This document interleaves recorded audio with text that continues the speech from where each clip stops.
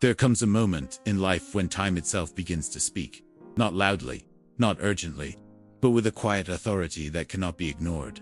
If you are between 50 and 60 years old, this message is not an accident in your life. It is a mirror. And mirrors do not shout, they reveal.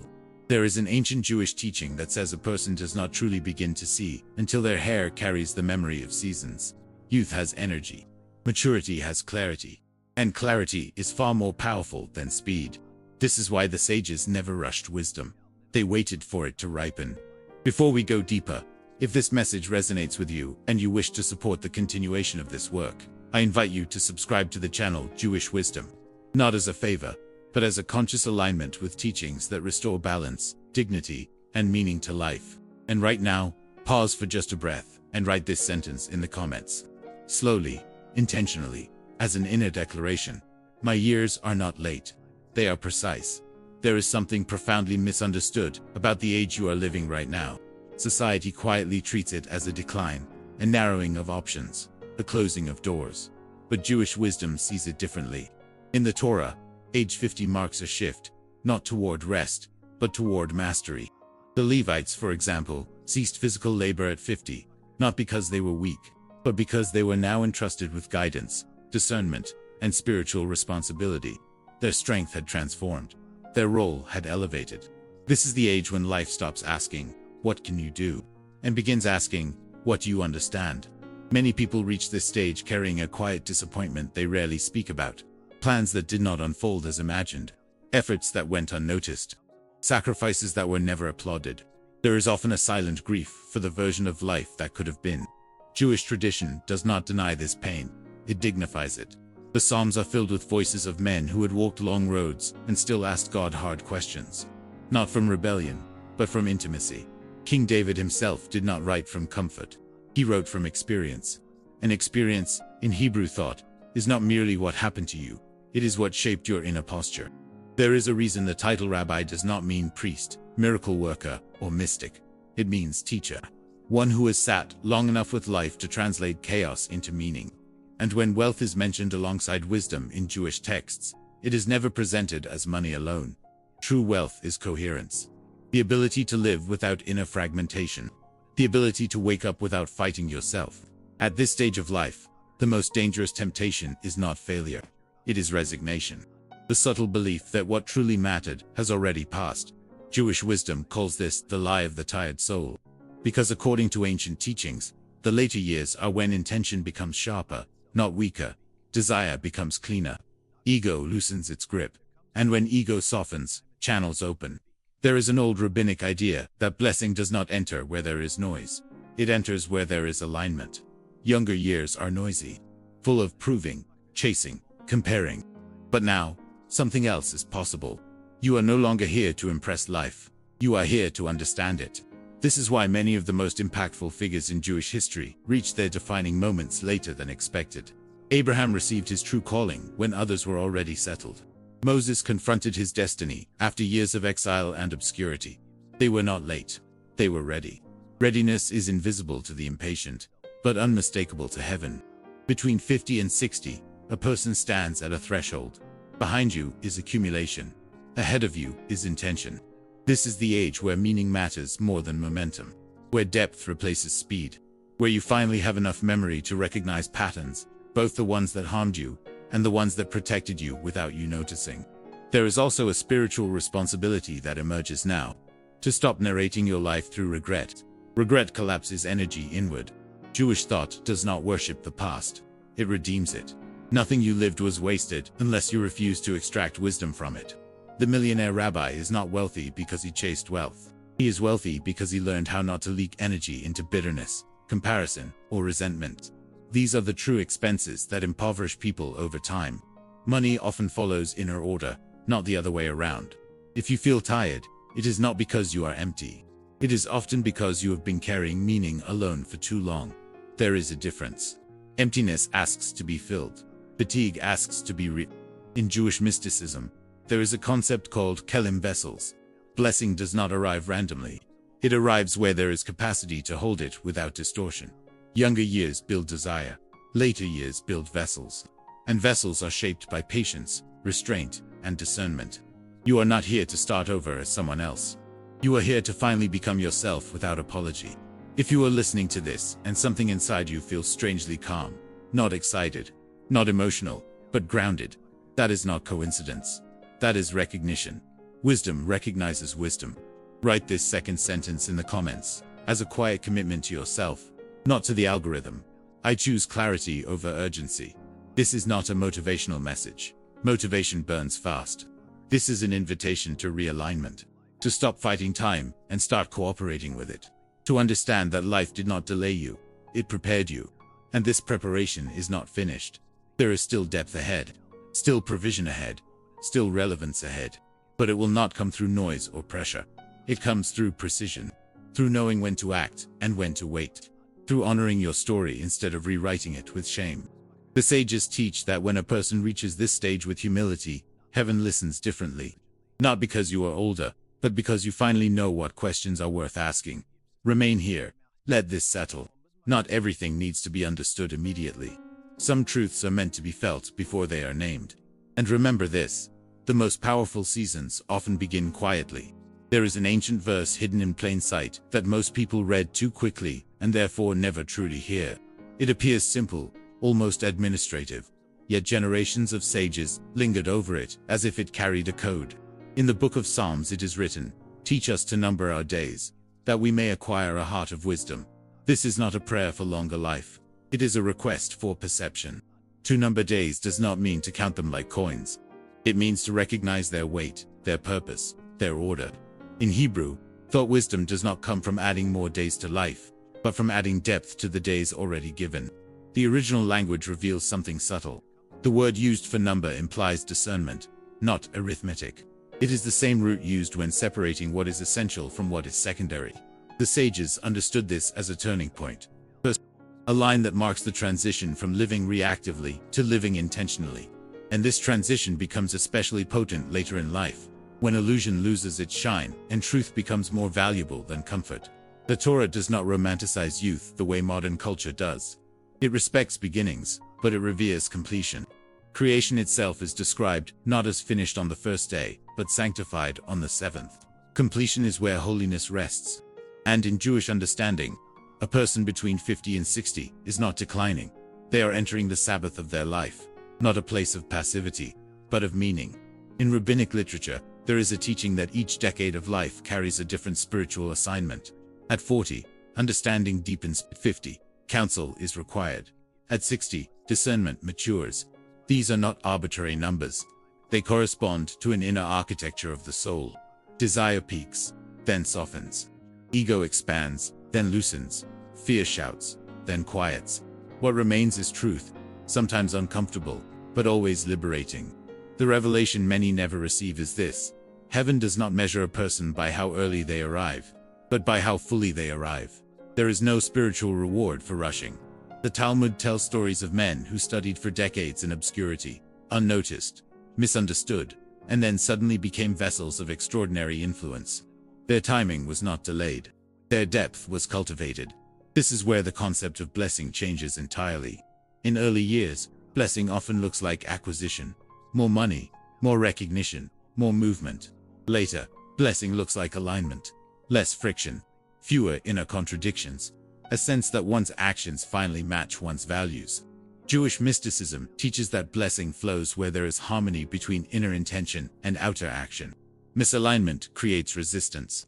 Alignment creates ease. There is a passage in Genesis where Isaac, already advanced in years, reopens the wells his father Abraham had dug. The wells had been filled with dirt by others, covered over, forgotten. Isaac does not dig new wells. He restores the old ones and gives them the same names his father had given them.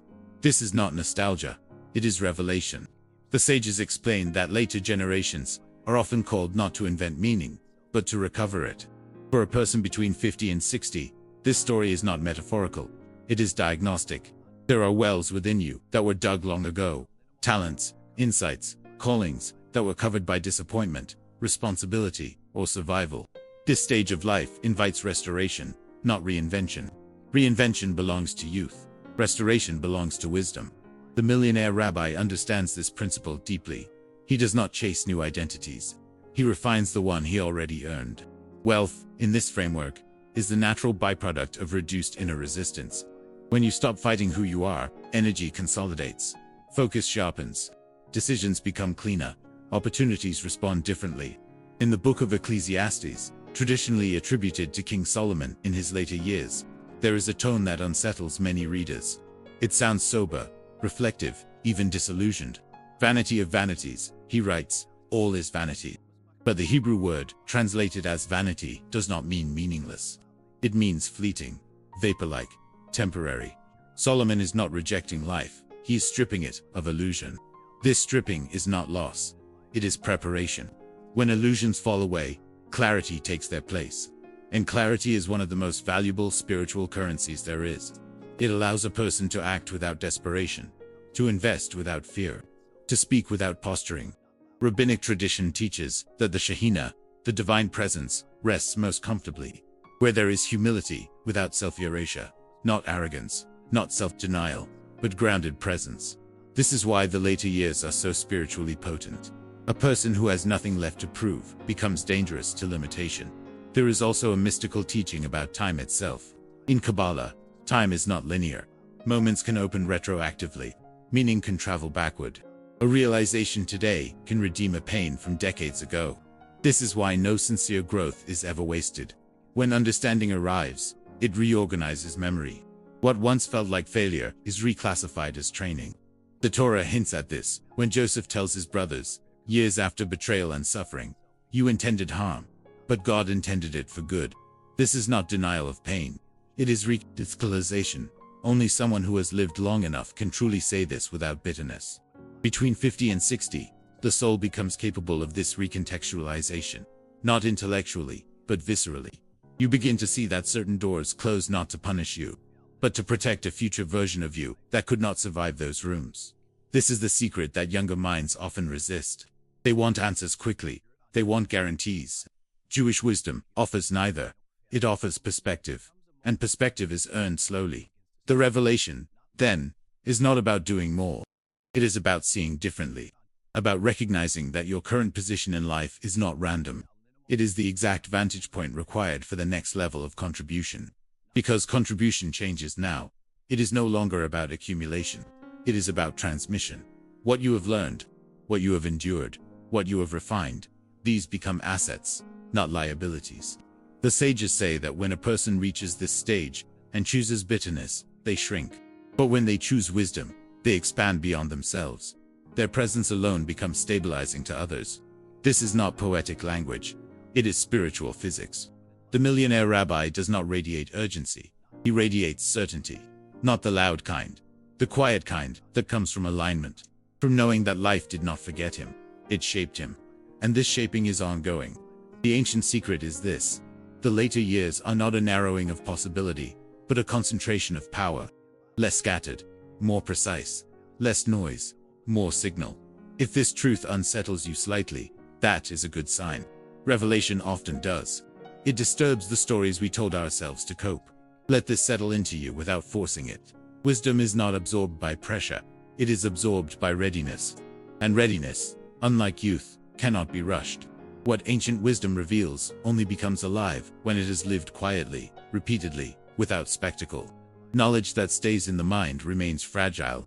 Wisdom that enters the body reshapes destiny.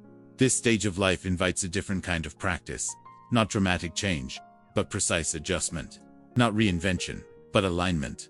Application begins with attention. Jewish sages teach that what you consistently notice is what you empower.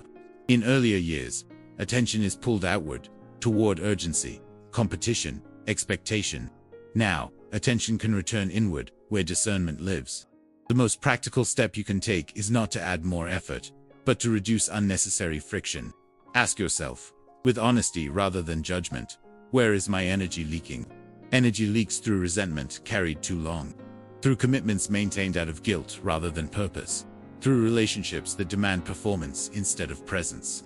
Jewish wisdom does not ask you to cut everything away. It asks you to choose consciously. Choice restores power. Unconscious obligation drains it. There is a rabbinic principle that says blessing follows order.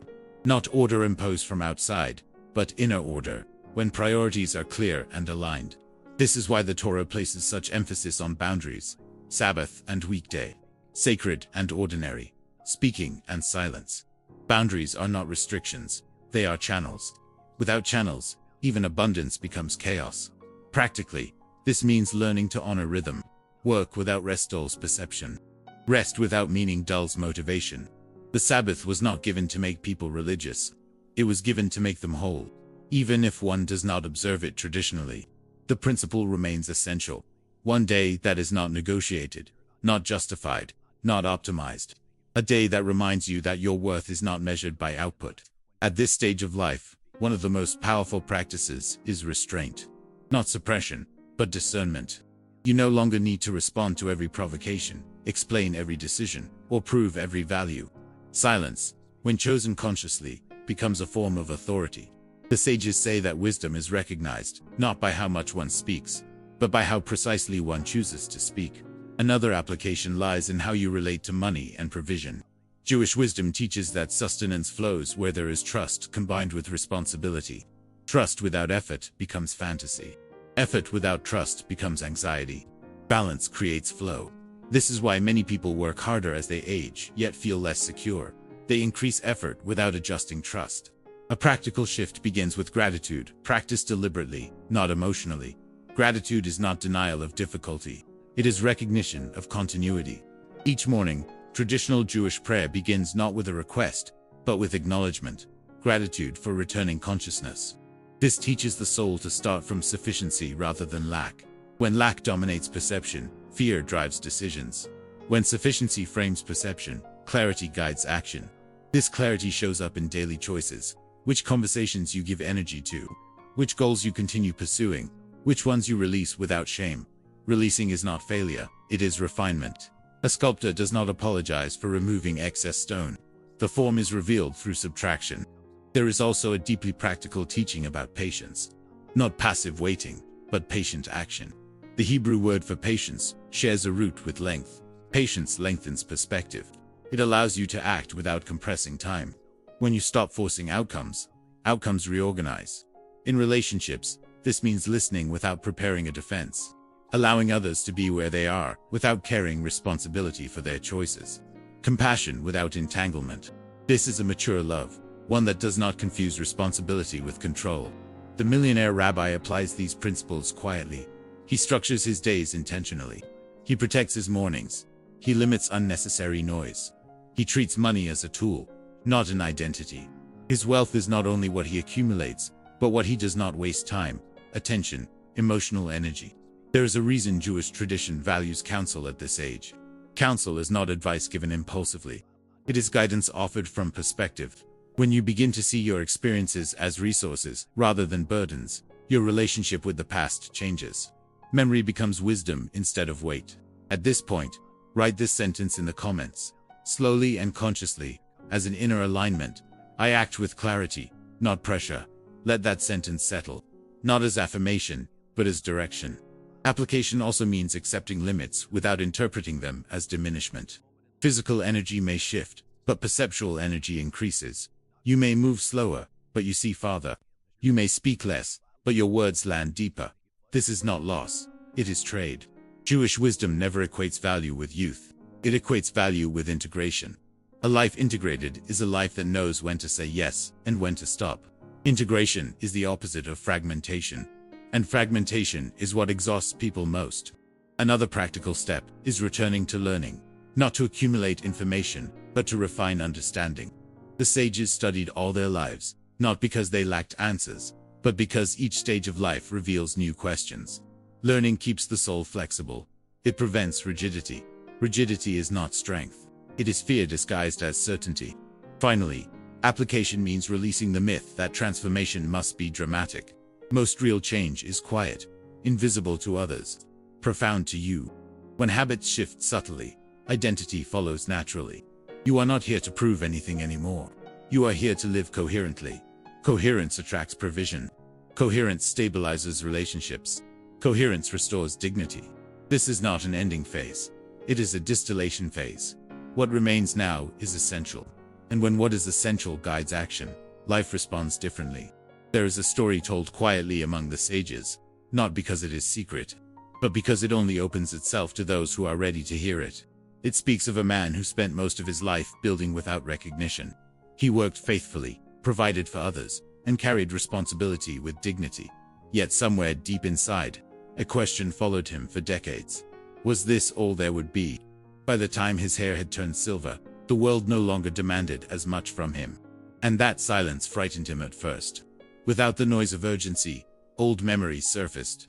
Moments he thought he had buried returned, not to accuse him, but to ask for understanding. Jewish wisdom teaches that memories do not resurface to punish us. They return when we finally have the capacity to integrate them. This man once visited an old rabbi, not to ask for blessing, but for clarity. He said, "I feel as though life is slowing me down." The rabbi listened without interruption. Then he replied, "No, life is finally letting you see." That sentence stayed with him. Slowly, he began to notice something remarkable. When he stopped rushing, people listened more closely. When he spoke less, his words carried weight. When he stopped chasing approval, opportunities appeared without force. His presence changed. And presence, the sages say, is the rarest form of influence. Jewish tradition places great importance on the heart's posture. The heart is not merely emotional, it is directional.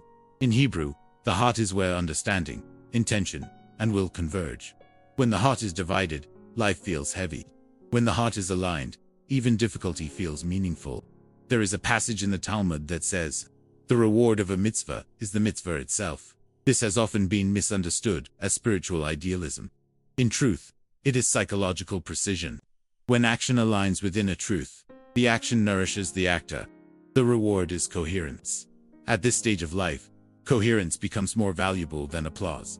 Many people fear that slowing down means disappearing. Jewish wisdom counters this fear directly. The sun, as it sets, does not become weaker. It becomes deeper in color, richer in tone. Its light softens, yet its presence fills the sky. This is not a metaphor of decline. It is a metaphor of completion. The man in the story eventually realized that what he thought was a loss of momentum was actually a gain in meaning. He no longer measured days by productivity alone, but by alignment.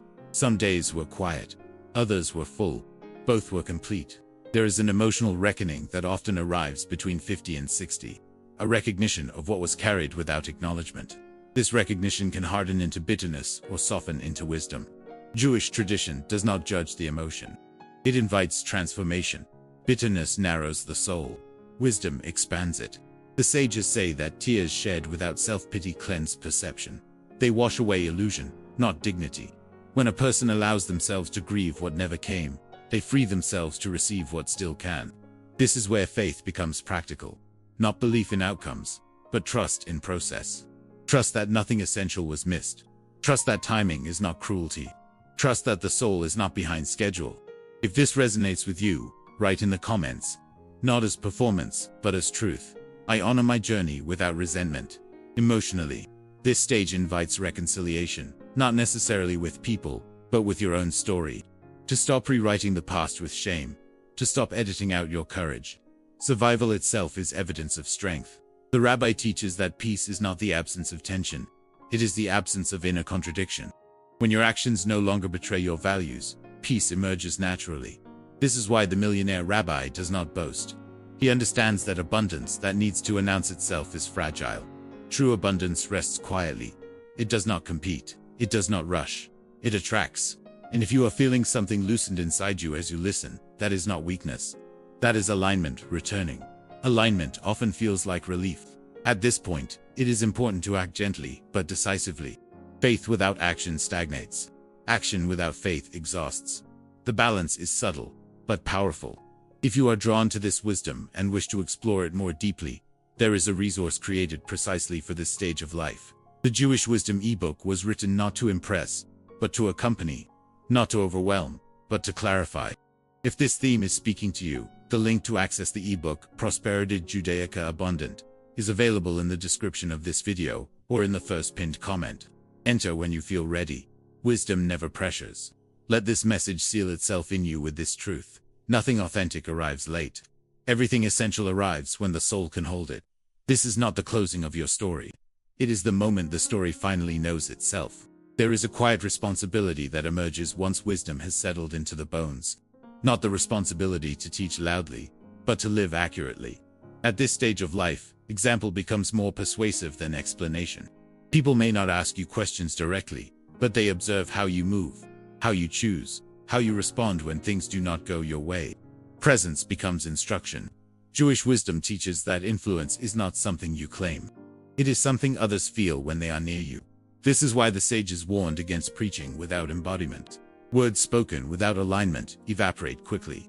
Words spoken from coherence linger long after silence returns. Many people assume that the later years are meant for withdrawal. In truth, they are meant for transmission, not of techniques, but of posture, not of opinions, but of orientation. You have lived long enough to know that certainty is overrated and discernment is priceless. That success without peace is expensive. That relationships sustained by fear eventually collapse. These realizations are not abstract. They are earned. There is a teaching in Jewish mysticism that the soul has layers, and not all layers activate at the same time. Some only awaken after disappointment, others after loss, others after endurance. This means that certain capacities you carry could not have emerged earlier, no matter how much you wanted them to. Timing is not a moral issue. It is a structural one. This is why comparing your timeline to others is spiritually corrosive. It erodes gratitude and distorts perception. The sages teach that envy blinds wisdom, not because wanting more is wrong, but because it pulls attention away from what is being formed specifically in you. At this stage, the work becomes simpler, but not easier. Simpler because you know what matters. Not easier because letting go still requires courage. Letting go of identities that once protected you. Letting go of narratives that once explained your pain. Letting go of the need to be understood by everyone. One of the most practical applications now is refining decision-making. Not asking, will this impress? But, will this align? Alignment does not always feel exciting. Sometimes it feels quiet, even boring. But boredom, in this context, often signals peace rather than emptiness. The millionaire rabbi often says that anxiety is not caused by lack of money, but by lack of inner order.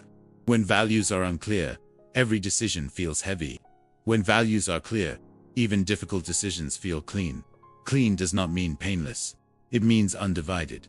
This clarity affects how you relate to the future. You stop fantasizing and start preparing. Preparation is not pessimism. It is respect for reality. Jewish tradition honors preparation because it acknowledges that life has structure. Faith does not cancel structure. It works within it. There is also a subtle shift in how you relate to prayer and intention. Prayer becomes less about asking for outcomes and more about asking for alignment. Help me act correctly. Help me see clearly.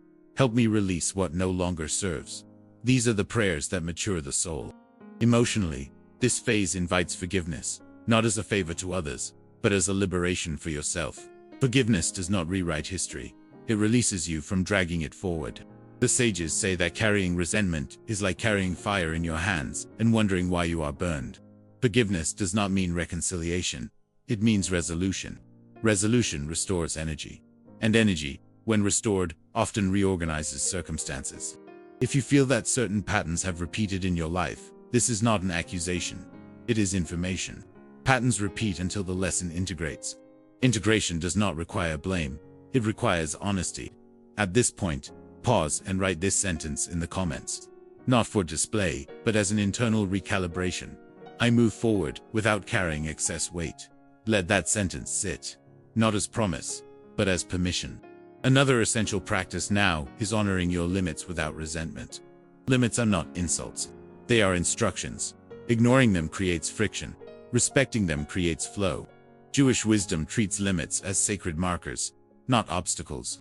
This also changes how you engage with opportunity. You no longer chase everything that moves. You choose selectively. Selectivity is not fear. It is discernment. And discernment is one of the highest expressions of wisdom. The millionaire rabbi understands that not every open door is yours to walk through. Some are distractions disguised as blessings. Others are tests of ego. True opportunity carries a sense of quiet rightness, not urgency. You may notice that as you simplify internally, external life begins to mirror that simplicity. Fewer complications, clearer conversations, cleaner exits. This is not magic. It is alignment. At this stage, legacy begins to matter. Not legacy as reputation, but as impact. How people feel after encountering you. whether they feel calmer, clearer, more grounded. Legacy is transmitted emotionally, not verbally. The sages teach that a righteous person leaves behind more than teachings. They leave behind atmosphere, an environment where others feel safe enough to be honest. If you sense that your role now is less about doing and more about being, trust that instinct. Being is not passive. It is deeply active. It shapes without force. This is not the season to rush.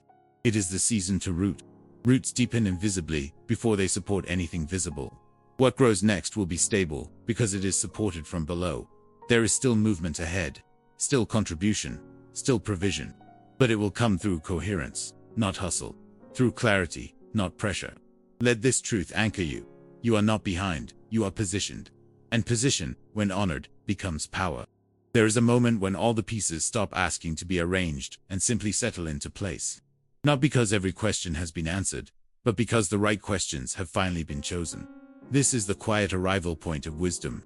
Not loud, not dramatic, but unmistakably steady. By now, something should feel different inside you. Less urgency, less internal negotiation, more stillness. This stillness is not emptiness. It is availability. In Jewish wisdom, stillness is not the absence of movement. It is the alignment that allows movement to be precise. The sages teach that a life is not judged by how much was accumulated, but by how well it was carried. Carrying well means without bitterness, without constant self-accusation, without the need to prove that suffering had value. Meaning does not need defense. It reveals itself naturally when the soul is no longer divided. Between 50 and 60, a person is invited into what the tradition calls Yeshuv Hadut, a settled mind. A mind no longer scattered by unnecessary fear. A mind capable of holding complexity without panic. This is not something you force. It arrives when resistance softens. Resistance often disguises itself as control. Trying to control outcomes. Trying to control timing. Trying to control how others see you. But control exhausts the soul. Trust reorganizes it. Trust, in Jewish thought, is not passivity. It is cooperation with reality. It is acting responsibly, while releasing the illusion of omnipotence. When trust matures, anxiety loses its authority. At this stage, prayer changes form. It becomes quieter, less about requests, more about attunement. You stop asking for life to bend to you and start asking to see life clearly. And clarity, once granted, becomes guidance. There is a teaching that says, when a person stops chasing blessing, blessing begins to chase them. Not as reward, but as consequence. Consequence of alignment. Consequence of coherence. Consequence of living without inner contradiction. This is where prosperity must be redefined. Prosperity is not excess. It is sufficiency without fear. It is provision that does not demand self-betrayal. It is money that serves life rather than replaces it. Jewish wisdom never separates spiritual order from material order. They reflect each other. When inner life is chaotic, finances follow. When inner life stabilizes, provision reorganizes. This is not superstition. It is observation refined over centuries. If you have felt blocked financially at different points in life, it was rarely because you lacked effort. More often, it was because effort was disconnected from meaning. Meaning restores flow. At this stage, the invitation is not to work harder, but to work truer. To align earning with values. To allow dignity to guide decisions.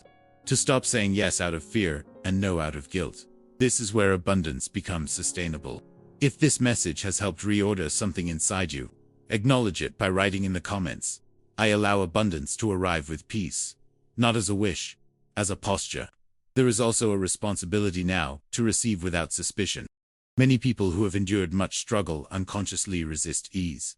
Ease feels unfamiliar. They trust tension more than calm. Jewish wisdom gently challenges this pattern. Rest is not laziness. It is integration. The land, the Torah says, must rest. Even the soil requires cycles of release to remain fertile. A life is no different. If you feel that this teaching is opening something deeper and you want a structured way to continue this journey, there is a resource created precisely for this purpose. The Jewish Wisdom eBook on Prosperity Judaica Abundant was designed not as theory, but as guidance. It explores these principles with depth, clarity, and practical orientation for those who seek prosperity without losing their soul. If you feel aligned with this path, the link to access the ebook is available in the description of this video and also in the first pinned comment. Enter when you feel ready. There is no urgency, Wisdom honors timing. As this message closes, remember this: nothing authentic in your life was wasted. Nothing essential arrived late. Every season prepared the next one. You are not standing at the end of something. You are standing at the point where life finally trusts you with coherence. Walk forward with calm, decide with clarity, receive with dignity, and let abundance meet you where wisdom already lives.